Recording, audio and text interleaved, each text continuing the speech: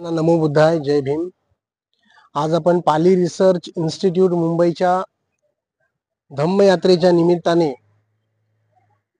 श्रीलंकेतील कॅन्डी येथील दंत धातू विहार म्हणजेच तूत रिलीक टेम्पल मध्ये आपण वंदन करण्यासाठी आलेलो आहोत.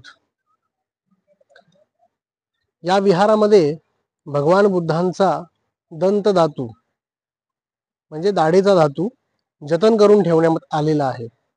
भगवान बुद्धांच्या महापरिनिर्वाणानंतर ओडिसा म्हणजेच तेव्हाचे कलिंग चा राजा गुहसिंह याने भगवान बुद्धांचा दंत धातू त्याच्या राज्यामध्ये जतन करून ठेवला होता.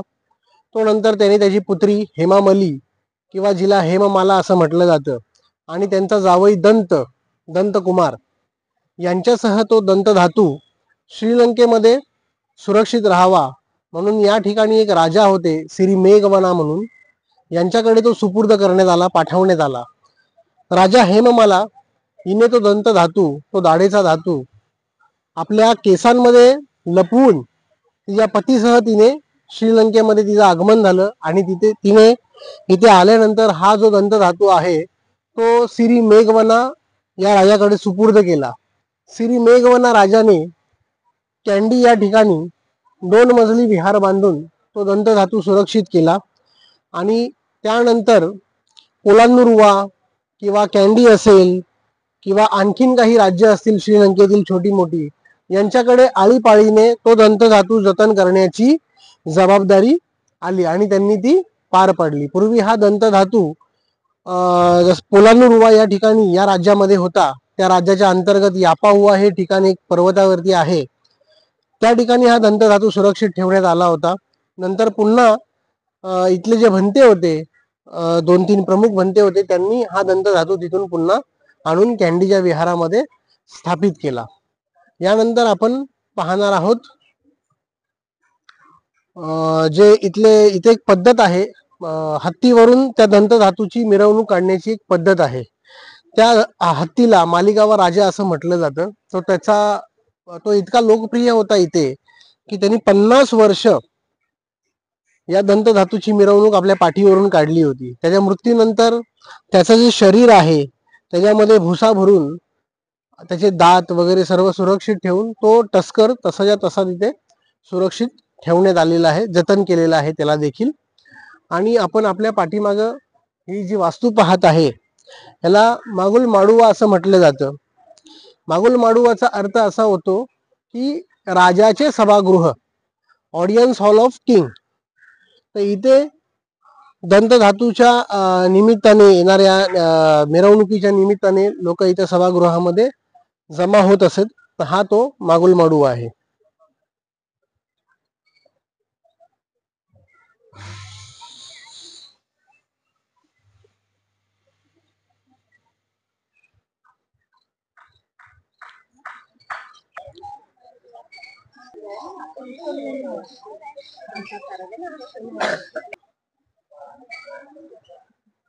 हे आहे मालिगावा राजाचं जतन करून ठेवलेलं स्थळ. या टस्करला मालिगावा राजा असं म्हटलं जातं, ज्याचं निधन 1988 साली झालं. आणि 50 वर्ष आपल्या पाठीवरून भगवान बुद्धांच्या दंत धातूची मिरवणूक या कॅन्डी शहरामध्ये काढली होती.